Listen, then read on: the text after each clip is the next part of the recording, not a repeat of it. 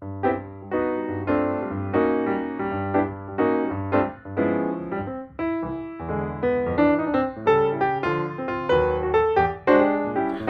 and welcome to this video lecture on infinite horizon linear quadratic optimal control.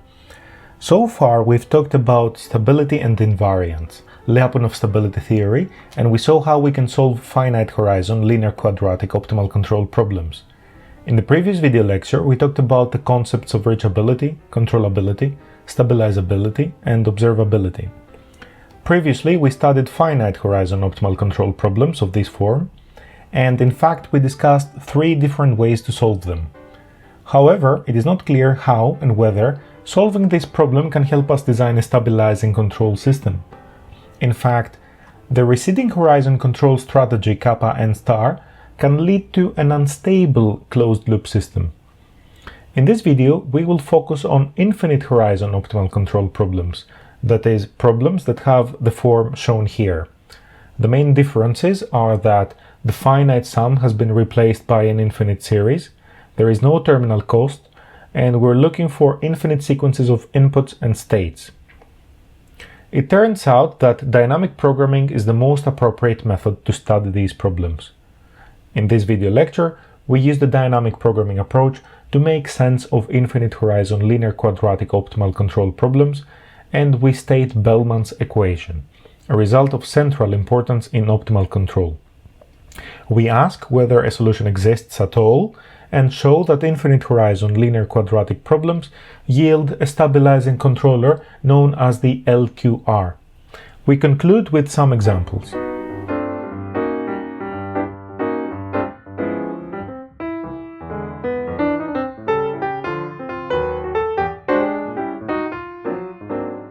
Let's start by writing the dynamic programming recursion of this problem. This is our infinite horizon linear quadratic optimal control problem. Note that the decision variables are the infinite sequences of control actions and corresponding states.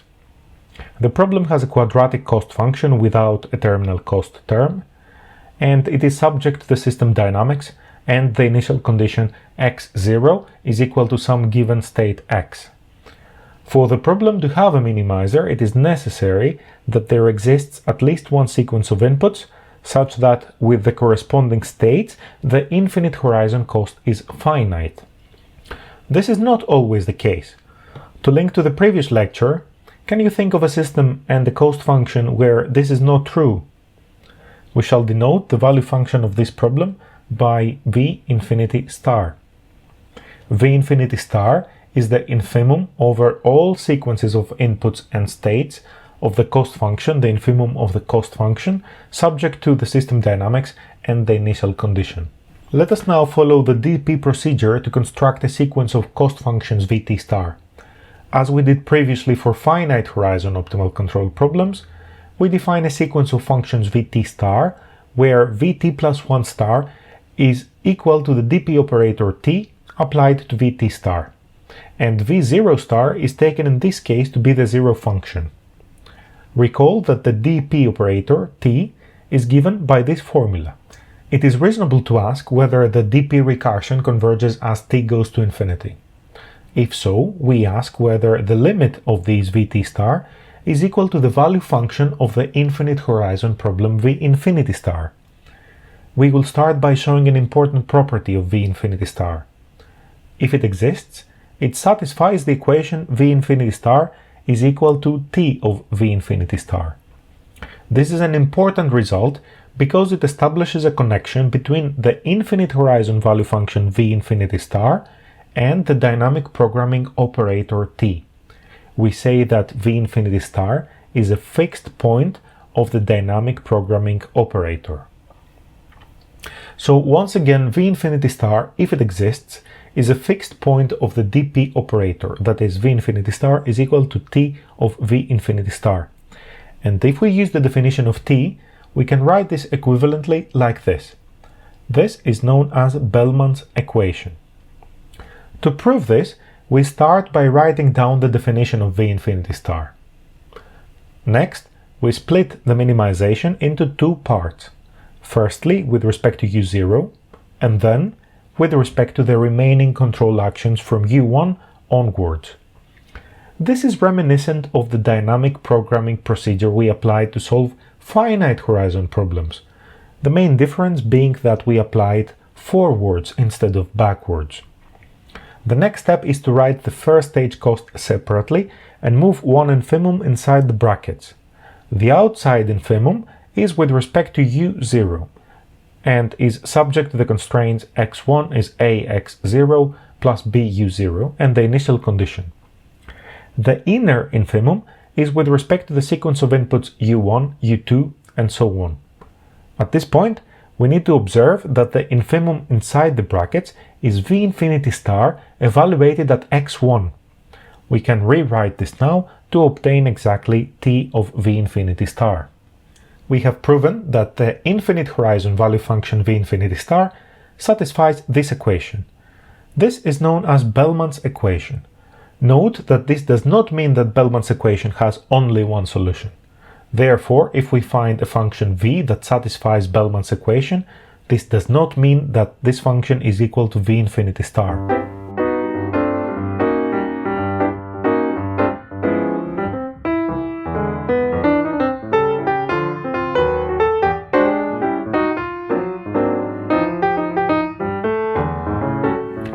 To tell whether the dynamic programming recursion converges, we need to study operator t a little closer. We start with this simple, yet very important property of t. If we have two functions v and v prime, and v is less than or equal v prime, then tv is less than or equal tv prime.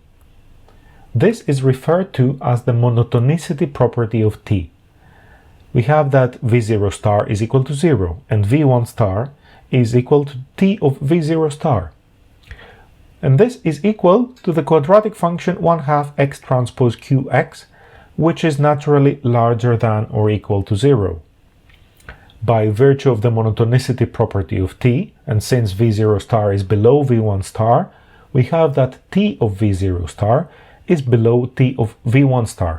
Equivalently, v1 star is below v2 star. And recursively, we obtain that vt plus 1 star is above vt star. And this way, we see that the sequence of functions vt star is non-decreasing. We know that vt star is a quadratic function of the form 1/2 x transpose ptx, with p0 being equal to the zero matrix, and where pt plus 1 is determined from pt via this equation. Under certain conditions, this sequence converges to a matrix P which satisfies this equation. And the infinite horizon value function is given by this quadratic function with matrix P. This is the celebrated discrete algebraic Riccati equation, or DARE for short. You can verify that this function satisfies Bellman's equation. Let us now state and prove this. So suppose that Q is a symmetric positive semi-definite matrix, R is a symmetric positive definite matrix, the linear system is controllable, and Pt are the matrices generated by this recursion with P0 is equal to 0. Then the limit of Pt as t goes to infinity exists and satisfies the discrete algebraic Riccati equation. The proof relies on two very standard arguments that are heavily used in MPC theory. To prove this, the idea is that since the sequence of Vt star is non-decreasing as we saw earlier, it suffices to find an upper bound. So fix a vector x, we know that Vt star is a non-decreasing sequence, and we only need to establish an upper bound.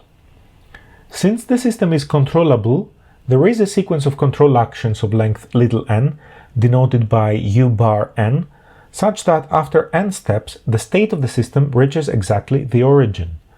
Once the system reaches the origin, we can apply the control action 0, and the system will remain there forever. We define the infinite sequence u bar infinity, which contains the control actions u bar 0, u bar 1, up to u bar n minus 1, followed by zeros. This sequence is suboptimal, which means that it does not necessarily minimize the infinite horizon cost. However, the infinite horizon cost of this sequence is finite, and it can be seen that this can be used as an upper bound to all cost functions Vt star. The sequence Vt star is non-decreasing and upper bounded, therefore it converges. We have shown that the sequence of quadratic functions Vt converges. You can show as an exercise that the sequence of matrices Pt converges to a matrix P. Lastly, by taking the limit as t goes to infinity, it follows that P satisfies the discrete algebraic Riccati equation.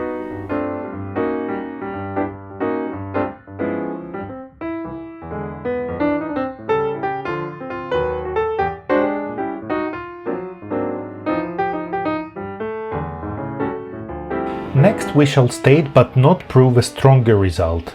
The proof can be found in the book of Bertsekas cited below. Suppose that Q and R are as before. The system is controllable and the sequence of matrices Pt is generated by this recursion, with P0 being any positive semi-definite matrix.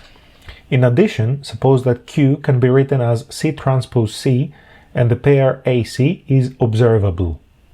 Then, firstly, the limit of Pt exists and is the unique solution of there within the set of symmetric positive semi-definite matrices. This means that there is no other symmetric positive semi-definite matrix P that solves there. Secondly, P is a symmetric positive definite matrix. And lastly, if we define K to be the corresponding linear gain, then the closed loop system with matrix A plus BK is stable. This is an important result because it leads to the design of a stabilizing controller. Suppose that Q, R, and the system matrices A and B satisfy the conditions of the main theorem. Then we solve there and we obtain a matrix P. This can be done using some software.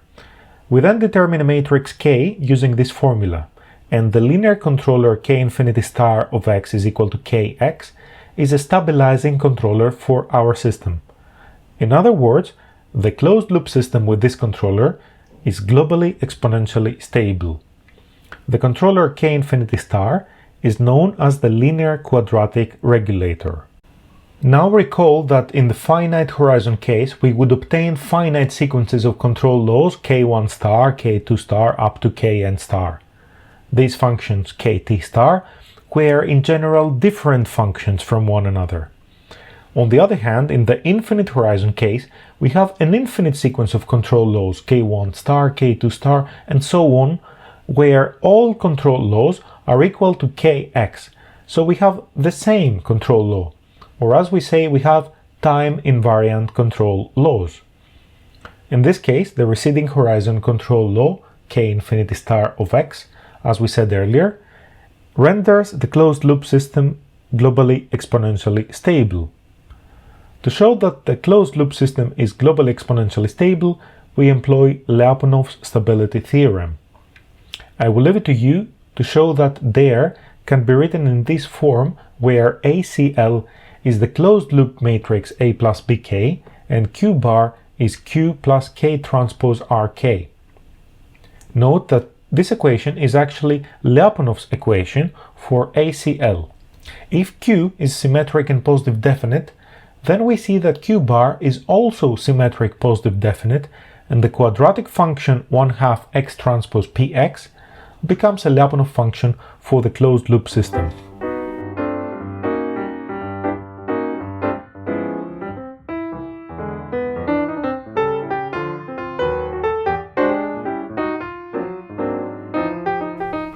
Let us now have a look at a few examples. We want to design a linear quadratic regulator for this system using these weight matrices Q and R. You can verify that all conditions of the main theorem are satisfied. We can determine the matrices P and K in Python. We simply need to define the problem data and determine P and K using this one-line statement. Note that the function control.there returns -k, so we need this line of code over here. Using this Python program, we find P and K, and the eigenvalues of A plus BK are both within the unit circle. Therefore, the closed loop system is globally exponentially stable. Let us now compute P and K ourselves, using this recursion starting with p0 is equal to 0. We can write a little while loop which breaks when the norm of the difference between successive iterates becomes adequately small. You can copy this code and try it yourselves to confirm that it produces the correct result. In this figure, we see how the states of the system converge to 0. And in this figure, we see how the energy of the system dissipates. Here we have plotted the infinite horizon cost function v infinity of xt against time. Now let us present a more interesting example, the design of a pitch control system for an aircraft. The dynamics of the system is described in terms of three state variables: the angle of attack, the pitch rate, and the pitch angle. The input variable is the deflection angle of the airplane's elevators. The system dynamics is linear, as shown here. We will solve the infinite horizon linear-quadratic optimal control problem with these matrices Q and R. Note that Q is not a positive definite matrix, but it is positive semi-definite. Essentially, here we're saying that there is no penalty on the first two variables, namely the angle of attack and the pitch rate. We only care to steer the pitch angle to 0. Here we see how the pitch angle converges to 0. The angle of attack converges to 0 as well, albeit a little slower. This is something you can do as an exercise, so modify matrix Q to make the angle of attack converge a little faster. Here we can see how the pitch rate converges to 0, and in this figure we see the control actions, that is, the angle of deflection of the elevators. And this concludes today's video lecture on infinite horizon linear-quadratic optimal control problems. We studied infinite horizon problems using the dynamic programming methodology. We stated Bellman's equation and stated conditions under which the dynamic programming iterates converge to the infinite horizon value function. Thanks very much for watching, and see you next time!